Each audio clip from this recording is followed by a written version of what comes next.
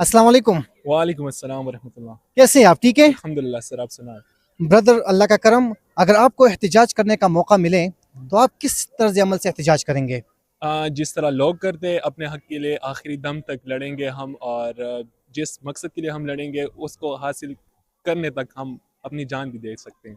लेकिन मौजूदा prime minister ने एक एहतिजाज का तर्ज अमल बताया है, आया मैं आपको वो सुनवाऊं?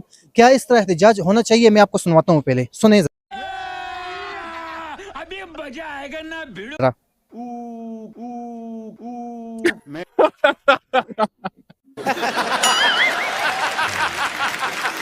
ये क्या है? ये तो गिदड़ों जैसा हुआ करना।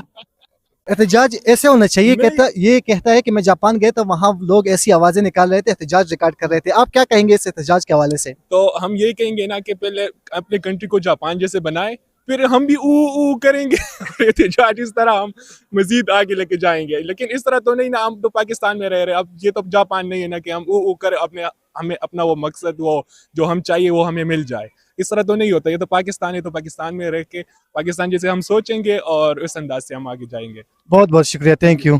ये बताएं, अगर आपको पाकिस्तान में एहतिजाज करने का मौका मिले तो आप किस तर्ज अमल से एहतिजाज करोगे? जैसे वो लोग करते हैं ना, आम लोग जो एहतिजाज करते हैं उसकी तरह। मतलब कोई एग्जांपल? एग्जाम्पल जैसा कि कोई पाकिस्तान तहरीक इंसाफ या कोई भी पार्टी एहतिजाज करती हो, ऐसे ही करोगे ना? ऐसा ही करूँगा। तो हमारे जो मौजूदा प्राइम मिनिस्टर ने उसने एक तरीका बताया एहतिजाज करने का, आपको वो सुनवाता हूँ, आप सुन ले पहले, फिर उसके बाद बात करते हैं। मैं एक दफा जापान गया और वो होंडा फैक्ट्री थी। मैं जब गुजर रहा था तो वहाँ ऊ की आवाज आई, तो मैंने कहा तो आप इस तरह का एहतिजाज करना पसंद करोगे? ये तो बहुत अच्छा है यार। ये क्या वजह है? पाकिस्तान में भी ऐसे एहतिजाज